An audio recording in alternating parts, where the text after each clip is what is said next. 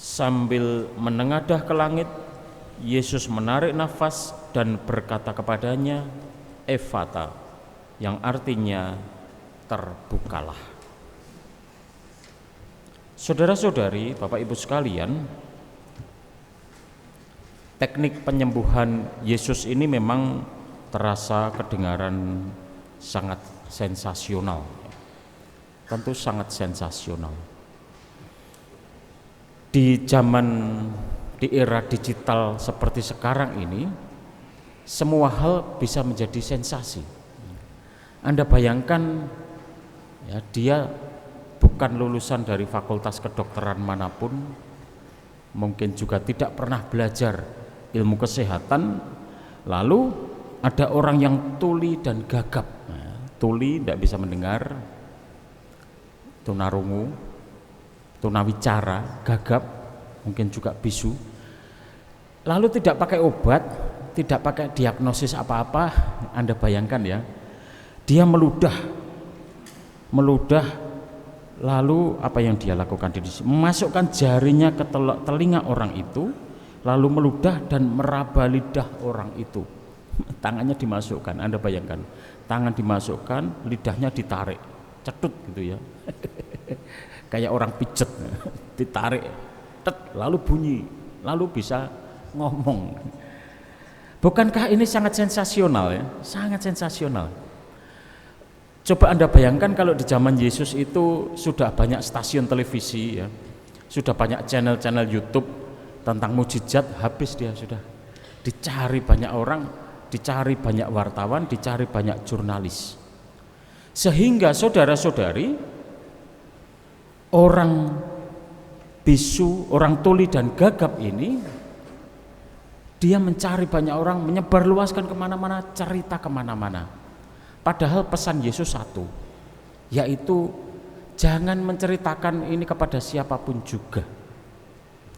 Maka saudara-saudari, kalau Anda cukup cermat, cukup jeli dan kritis membaca kitab suci hari ini, Anda akan melihat satu ironi yang sangat besar. Orang tuli ini minta supaya disembuhkan, supaya bisa mendengar, bukan? Ketika dia disembuhkan oleh Yesus dan dia bisa mendengar, dia tidak mau mendengarkan perintah Yesus supaya jangan cerita pada siapa-siapa. Ketika tuli tidak bisa mendengar, dia minta tolong supaya bisa mendengar. Ketika dia bisa mendengar, dia tidak mau mendengar. Tidak mau mendengar perintah Tuhan Yesus. Ketika tidak bisa mendengar, ingin mendengar. Ketika sudah bisa mendengar, tidak mau mendengar. Ini kan ironi, sangat ironis, bukan? Maka seringkali pendengaran bukan hanya soal telinga fisik, soal kemauan, mau enggak mendengarkan, mau enggak dengerin. Meskipun orang punya telinga, kalau enggak mau dengerin, bunyi seperti apapun tidak punya efek apa-apa bagi dia, karena dia tidak mau mendengarkan. Maka Tuhan Allah itu menciptakan perangkat-perangkat di tubuh kita itu luar biasa, sehingga seluruh panca indera kita itu bukan soal organ-organ fisik inderawi, tetapi di sana ada, di balik itu ada faktor-faktor yang sifatnya psikologis maupun spiritual. Seperti orang melihat, seringkali melihat itu bukan hanya soal objek yang dilihat, tapi kita mau melihat enggak? Di sana ada mau melihat enggak? Juga kalau Anda scrolling HP, pasti yang Anda lihat, yang Anda mau lihat, yang enggak mau lewat. Maka saudara-saudari, persoalan mendengarkan dan persoalan melihat itu tidak hanya berhubungan dengan mata dan telinga, tapi berhubungan dengan kehendak. Mau enggak dengarkan? Mau enggak melihat? Maka melihat dan mendengarkan itu bukan hanya soal telinga dan mata. Anda lihat anak-anak asuh dari panti asuhan Romo Jansen, ya, mereka yang cacat, difabel, minta maaf, Mereka yang difabel mengalami kekurangan fungsi organ indrawi di satu sisi, mereka menjadi sangat peka di organ-organ indrawi dalam. Kalau Anda lihat ya, dalam kunjungan Paus yang terakhir, betapa banyak anak-anak difabel tapi memiliki kelebihan. Waktu misa di GBK yang lektor siapa? Ya, tunanetra. Tapi bacanya bisa jadi lebih baik, jauh lebih baik daripada kita ya, yang bisa jadi lektor, yang bisa melihat. Karena dia betul-betul mau menghayati sabda Allah, mau sungguh-sungguh mempersiapkan bacaan dengan baik, mau. Soal melihat dan soal mendengar itu soal mau nggak mendengar dan melihat. Persis seperti orang buta ini, ketika dia sudah melihat, dia tidak mau mendengarkan perkataan Yesus. Dan karena tidak mau mendengarkan perkataan Yesus, dia tidak memahami substansi dari mujizat Yesus. Karena substansi dari mujizat Yesus itu adalah agar orang bertobat memuji Allah, bukan mencari sensasi, bukan kesana kemari cerita-cerita, apalagi bikin panggung festival mujizat. Mujizat kok dipingin panggung festival, lalu di situ pasti ada kesombongan, lalu menjadi ajang panggung bagi orang yang memberi kesaksian. Padahal inginnya Yesus sudah, kalau mendapat belas kasih Allah, renungkan dalam dirimu, ubah hidupmu, ubah batinmu, dengarkan dari dalam batinmu. Bukankah itu sering terjadi dalam kitab suci, bukan? Orang kusta, Anda masih ingat?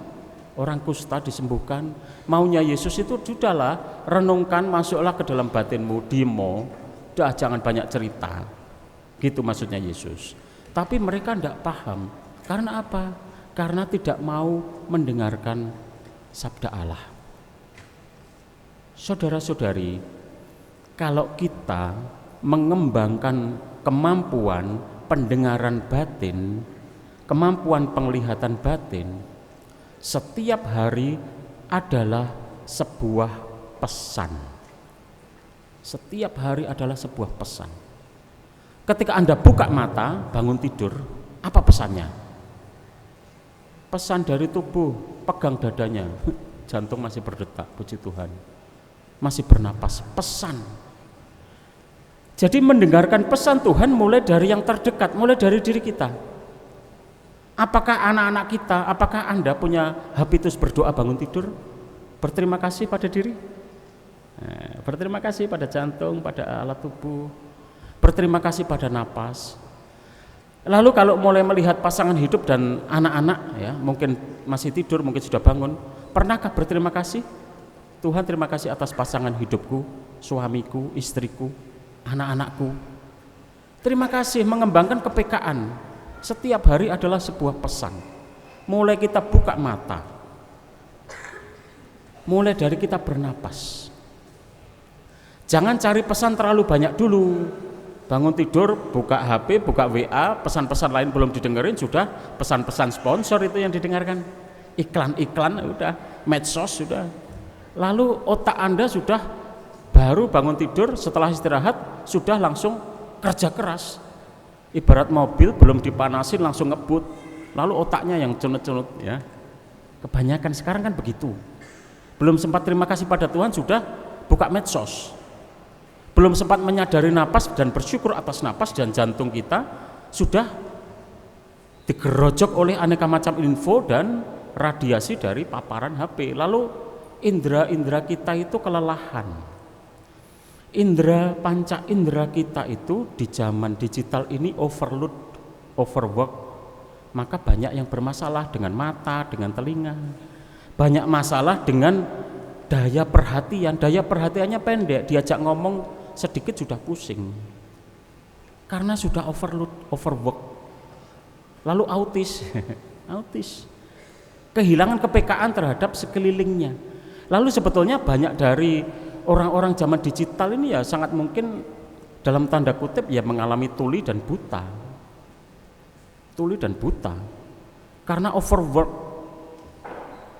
Naik motor sambil main HP, nyetir mobil sambil main HP, sudah kehilangan kepekaan terhadap sekitar, ya udah gubrak ya nabrak udah.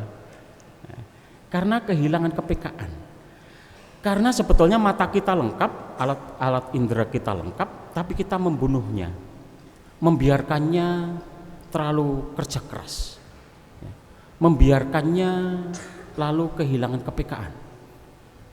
Bapak Suci Fransiskus yang baru saja mengunjungi kita dan cukup terkenal dia dengan seruannya ini, Laudato Si, sebetulnya mengajak kita untuk buka mata. Ayo buka mata, Ephata. Laudato Si itu Ephata. Ephata membuka terhadap persoalan-persoalan sekitar kita.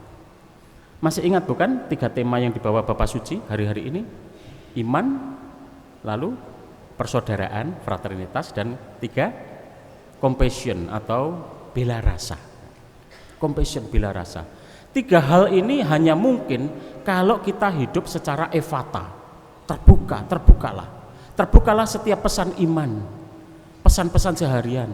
Tuhan bekerja lewat pesan-pesan keseharian, lewat orang-orang terdekat dengan kita yang mencintai kita dan yang kita cintai. Pernahkah kita berterima kasih kepada orang-orang dekat? Setiap pesan Ephata, terbuka terhadap setiap persaudaraan. Mungkin juga hilangnya persaudaraan. Mungkin semua sudah sibuk dengan urusan sendiri-sendiri sehingga rumah tidak lebih daripada rumah singgah. Datang, setelah itu pergi lagi. Bersapa justru lewat WhatsApp, media sosial, padahal satu rumah. Konfraternitas, fraternitasnya makin luntur. Mari membuka mata, membuka kesadaran. Compassion, bela rasa. Jangan-jangan kita hidup dengan diri kita sendiri, maka unsur bela rasa ini yang harus dikembangkan. Saudara-saudari, pesan-pesan luar biasa dari Bapak Suci sebetulnya mengajak kita satu hal, terbukalah. Bukalah matamu, bukalah kesadaranmu pada situasi lingkungan kita. Apakah anak-anak kita masih kita ajari untuk sungguh-sungguh menghargai dan hemat air, listrik, dan sebagainya? Itu hal sederhana, hal yang mungkin nampaknya tidak ada hubungan dengan kitab suci. Tetapi ketika itu dihayati sebagai penghormatan terhadap kehidupan yang terkecil sekalipun, itu menjadi sebuah perwujudan iman. Membangun iman dalam kesadaran, bukan iman ritual, bukan iman formal, membangun iman dalam kesadaran. Saudara-saudari, seruan Ephata itu setiap hari hendaknya kita hayati. Terbuka, buka matanya, buka telinganya, bukan hanya mata dan telinga fisik, tapi juga batin, sehingga hidup kita lebih bermakna dan bermanfaat. Semoga Tuhan memberkati kita sekalian. Amin.